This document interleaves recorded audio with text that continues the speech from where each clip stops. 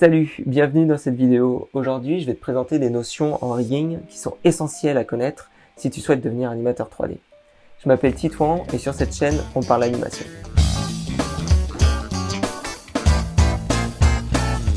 Dans la plupart de tes animations, tu vas devoir utiliser un personnage comme celui-ci qui est déjà riggé. Et tu n'auras pas besoin de rajouter du rig ou rajouter des contrôleurs ou de rajouter quoi que ce soit d'ailleurs pour pouvoir faire ton animation. Et parfois, tu vas faire interagir ton personnage avec d'autres éléments, avec des objets ou d'autres personnages. Et cette interaction peut être assez compliquée à réaliser en animation si tu n'as pas un rig adapté. Par exemple, je faisais une animation de mon personnage qui s'appelle Azri. Je te mets un lien pour le télécharger en description, c'est un rig gratuit qui est très cool. Et dans cette animation, je voulais que mon personnage tienne son épée sur l'épaule. J'avais donc deux points d'interaction entre mon personnage et l'épée, un à la main, avec le manche, et un sur la lame, directement posé sur l'épaule. Une problématique se pose à nous. Si je veux animer ma main, mon épée suit la même trajectoire et la même orientation que ma main, et elle va venir transpercer l'épaule. Et donc si on veut éviter ça, on va devoir mettre une rotation dans l'épée, dans la main, pardon. Mais si je dois faire ça pour chaque mouvement, sachant que ma main est constamment en mouvement, mon épaule aussi peut bouger, ça peut être très compliqué et très long de devoir contre-animer chaque mouvement pour que l'épée reste posée au même endroit et qu'elle ne transperce jamais l'épaule ou qu'elle ne glisse de façon irréaliste. Pour pouvoir parer à ce problème, ce que j'ai fait, j'ai créé un rig supplémentaire que je vais venir accrocher directement à mon personnage et je vais venir accrocher mon épée à ce rig. Et ça me permettra d'animer tous mes mouvements beaucoup plus simplement. Je te montre ça tout de suite. Donc le rig, le voici, c'est simplement une succession de cercles, une succession de contrôleurs qui sont attachés à mon épaule directement. Donc si je bouge mon épaule, je vais réactiver le rig, je vais te montrer ça. Donc si je bouge mon épaule, ça va venir bouger tout mon rig. Et si je bouge mon rig, ça va venir bouger toute mon épée. Donc le contrôleur rouge est attaché directement à l'épaule, le bleu au rouge, le jaune au bleu, et ça jusqu'à la fin. Ce contrôleur-ci, il est un petit peu différent, il est hiérarchiquement en dessous du bleu clair. Donc si je bouge mon bleu clair, ça va venir bouger celui-ci. Et lui, il a comme utilité de contraindre la main, de bouger la main. Donc voilà, maintenant c'est beaucoup plus simple. Si j'ai besoin de faire une petite animation dans ma main, par exemple qu'elle se décolle ou qu'elle bouge autour de la poignée de l'épée, je peux le faire avec ce contrôleur. Si j'ai besoin de faire un mouvement de respiration, un mouvement de mon personnage tire l'épée, le remet en avant ou tremble, et bien tout ça je vais pouvoir mettre chaque mouvement, enfin pas chaque mouvement mais chaque groupe de mouvements sur un contrôleur. Hiérarchiser les animations, ça va te faire gagner un temps fou en animation et surtout en retouche d'animation. Si tu veux venir retravailler tes courbes, là tu as des courbes vraiment pour chaque contrôleur et tu vas pas avoir une seule courbe. Par exemple, si c'était la main, simplement la main qui contrôlait l'épée, là tu vas devoir mettre tous tes mouvements dans ta main et contre-animer chaque mouvement pour pas que l'épée rentre dans l'épaule. Et grâce à ce système, ça c'est résolu. Tu n'as plus de problème de contre-animer.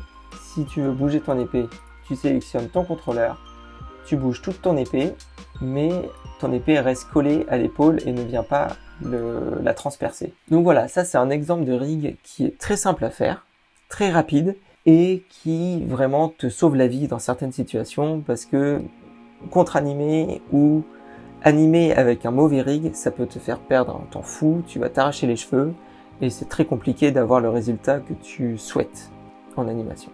Donc comment on peut créer un rig comme celui-ci? On va ici dans Curve Surface, on clique sur le cercle ici, et ça va créer une curve en forme de cercle. On va l'agrandir un petit peu, on va cacher la grille, et là. Donc ce cercle, ça va être un contrôleur, et on va pouvoir en créer plusieurs et les hiérarchiser. Je vais te montrer ça tout de suite. Imaginons ça va être mon contrôleur principal, je vais en créer un second, plus petit, et je vais vouloir dire que ce contrôleur-ci, quand je le bouge, l'autre contrôleur suit. Mais que si je veux bouger ce contrôleur, le premier ne suit pas. Ce que je peux faire, c'est aller dans mon outliner, ici. J'ai ici mes deux contrôleurs. Je vais les renommer. Donc on va l'appeler contrôleur 1. Et celui-ci, contrôleur 2. Voilà. Et je vais simplement venir, avec ma molette, cliquer sur mon contrôleur 2 et le glisser dans mon contrôleur 1. Et comme tu peux le voir, maintenant, si je bouge mon premier contrôleur, le deuxième suit. Et si je bouge mon second, il ne suit pas. Et ça, je peux le faire autant de fois que je veux. Si je veux avoir 15 contrôleurs, et ben je peux faire 15 contrôleurs et faire en sorte que le 15e guide le 14e, qui guide le 13e, qui guide le... Enfin voilà, t'as compris l'idée. C'est hyper simple à faire. Ça, c'est un système de parent-enfant. Donc celui-ci, le gros, va être parent du plus petit. Donc un autre système de contraintes que tu peux mettre en place, c'est celui-ci. Tu vas dans la catégorie en haut à gauche de ton écran, Rigging, puis dans Contraintes, tu vois, ici tu as plusieurs options de contraintes. Alors je ne vais pas toutes te les détailler, parce qu'elles ne sont pas toutes utiles pour l'animation. Donc, on sélectionne un premier objet, un premier contrôleur, là ça va être un cylindre, qui va être le parent, puis l'enfant, et je vais faire contrainte parent. Donc si je viens déplacer ce cylindre, si tout va bien, le cône va suivre. Voilà, c'est magique. Et pareil en rotation, si je bouge mon cylindre, le cône suit. En revanche, si je veux simplement contraindre mon cône simplement en translation et pas en rotation, je peux faire contrainte, parente, et cliquer sur la box ici, c'est l'option box, et tu viens désélectionner rotate. Ainsi, tu peux faire en sorte que la contrainte ne s'active que en translation. Et tu peux même aller plus loin, l'activer que pour un axe, par exemple l'X. On ajoute. Donc si je viens déplacer mon cylindre, le cône ne suit que sur l'axe des X. On peut le voir ici dans la channel box. Quand on voit une petite couleur, une petite pastille bleue à côté d'un attribut, ça veut dire que cet attribut est contraint.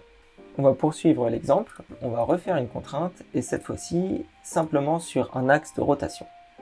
Je fais Add et si je bouge mon cylindre, mon cône ne suit que sur un seul axe.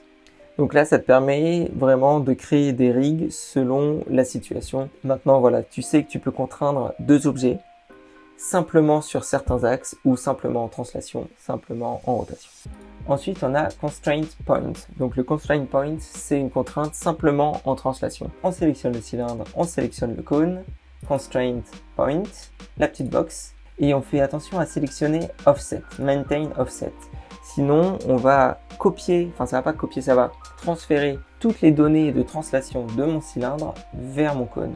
Donc en fin de compte, ce que ça va faire, ça va venir snapper mon cylindre dans mon cône. Donc là, en gardant Offset, on va garder cette distance qui est entre les deux. On vient faire Apply. Mon cône est bien contraint à mon cylindre en translation. Maintenant, si je souhaite avoir une rotation identique sur mon cône et mon cylindre, sans faire tourner mon cône autour de mon cylindre comme tout à l'heure, ce que je peux faire, c'est sélectionner mes deux objets, déjà, et ensuite faire Constrain Orient, la petite box. On fait bien Maintain Offset et on vient l'ajouter. Et maintenant, si je viens tourner mon cylindre, mon cône suit à la perfection. La prochaine contrainte est la contrainte Scale. Si tu fais une contrainte du Scale, ça va venir contraindre les deux échelles de ton cylindre et de ton cône. Donc là, c'est vraiment les contraintes de base que tu vas trouver ici dans la fenêtre Constraint. Et la dernière que je souhaite te montrer, c'est la contrainte Aim, que tu vas utiliser dans des cas un petit peu plus particulier parce que c'est une contrainte un petit peu différente. Donc, comment elle s'utilise? Elle s'utilise de la façon suivante. Je vais créer deux cylindres. Celui-là, on va le faire un petit peu plus petit. Je vais sélectionner le gros du bas qui va être parent, puis l'enfant. Constrain Aim, la petite boîte. On vérifie que Maintain Offset est bien coché. On apply. Et maintenant, si je veux bouger mon cylindre du haut, il va garder cette orientation vers le cylindre du bas. Et je peux faire l'inverse aussi. Je vais sélectionner celui du haut, celui du bas, et je vais pouvoir faire Constrain Aim une nouvelle fois. Apply. Et maintenant, j'ai deux objets qui se suivent tout le temps. Et en fin de compte, ça, c'est simplement un piston, quoi. Donc si tu as besoin de faire un piston en 3D, tu as simplement besoin de faire deux cylindres et deux contraintes Aim.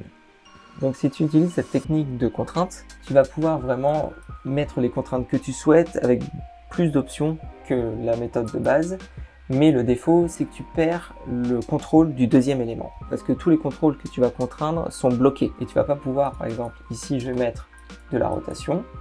Si je viens bouger mon cylindre, et ben, ça reprend la position initiale. Si tu vois un attribut comme ça avec la pastille bleue, ça veut dire que tu ne peux pas l'animer. Donc c'est pour un animateur, c'est problématique. Donc ce que tu peux faire, c'est ajouter un système d'offset. Donc un offset, c'est quoi?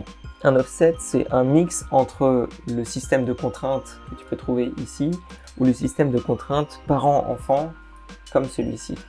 Alors, j'ai créé un plane et mon torus que je vais renommer, parce qu'il faut toujours renommer ses créations en 3D, pas du tout comme ce que j'ai fait ici. Donc, on va l'appeler torus enfant et le plane, on va l'appeler plane parent.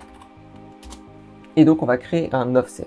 Donc l'offset, ça va être un espèce de groupe dans lequel tu vas placer l'enfant pour pouvoir contraindre le groupe directement.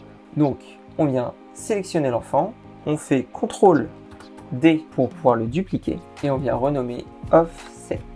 Je vais dans display, j'active les shapes ici. Ça fait simplement apparaître les shapes, les géométries dans l'outliner. Donc je viens supprimer la shape de mon offset et je viens sélectionner mon enfant, mon torus enfant, que je vais placer dans l'offset. Ce que ça a fait, c'est que ça a remis mon torus enfant à 0 dans les attributs parce qu'il est au centre d'un nouveau monde, il est au centre d'un groupe, celui-ci, qui a les coordonnées du torus de base. Ça paraît un petit peu compliqué comme ça, mais en fin de compte c'est très simple. Et surtout, ça te permet de contrer le problème de la contrainte de base qui bloque les attributs.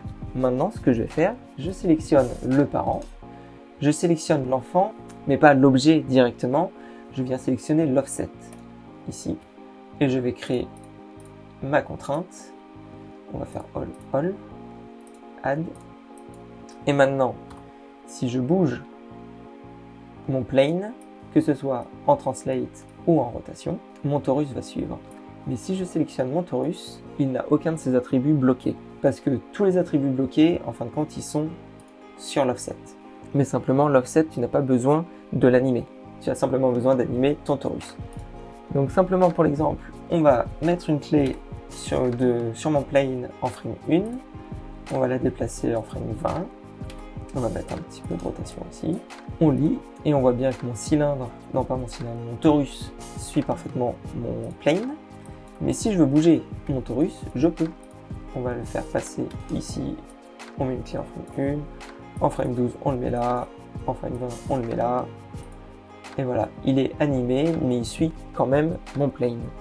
Donc voilà comment on contre le problème de la contrainte et comment on peut créer des contraintes efficaces et animables surtout.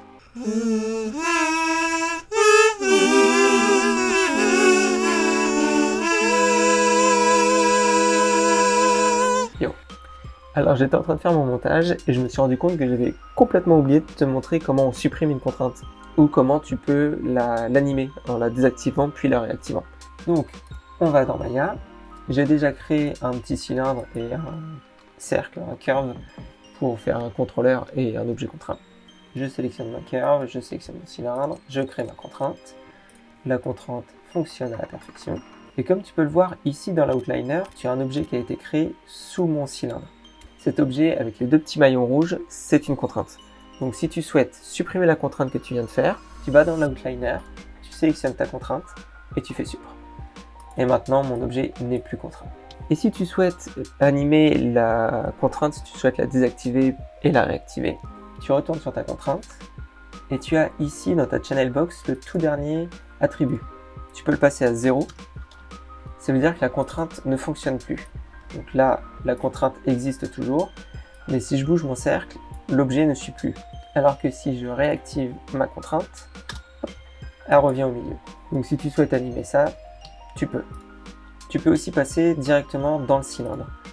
Dans la channel box, tu as une boîte en dessous qui a été ouverte et c'est la boîte de ta contrainte. Voilà, c'était juste une petite aparté, je te laisse retourner à la vidéo.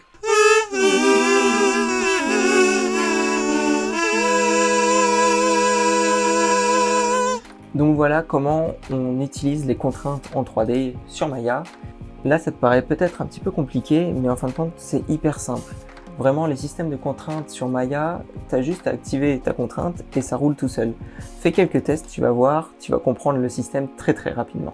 Je vais simplement, en bonus un petit peu, te montrer comment on peut changer la couleur des contrôleurs. Tu sélectionnes ton contrôleur, tu vas ici dans ton attribut editor, dans Objet Display, Drawing Override, Tu coches Enable Override et ensuite tu peux choisir la couleur. On va mettre un jaune. Le second, on va recocher la case, le passer en rouge. Et le troisième en rose. Donc voilà comment tu peux changer la couleur de tes curves directement avec l'attribut editor. Voilà, j'ai dit tout ce que j'avais à dire sur le système de contraintes sur Maya. J'espère que ça t'a plu, que tu as appris des choses. Si c'est le cas, lâche-moi un petit pouce bleu, ça me ferait plaisir. Et n'hésite pas à t'abonner et à activer la cloche, parce qu'il y a plein d'autres vidéos d'animation qui vont arriver. Donc voilà, je te dis à la prochaine. En attendant, fais des tests. Vraiment, amuse-toi à faire quelques contraintes. Et tu vas voir qu'à un moment, tu vas devoir faire une animation et tu vas être bloqué dans ton animation parce que deux objets doivent interagir entre eux. Et là, tu te diras, eh bah tiens, Titouan, il a dit qu'on pouvait faire une contrainte là. Et bah voilà, tu feras une contrainte. C'est tout pour moi. Je te dis à la prochaine dans une prochaine vidéo d'animation. Et en attendant, porte-toi bien. Ciao.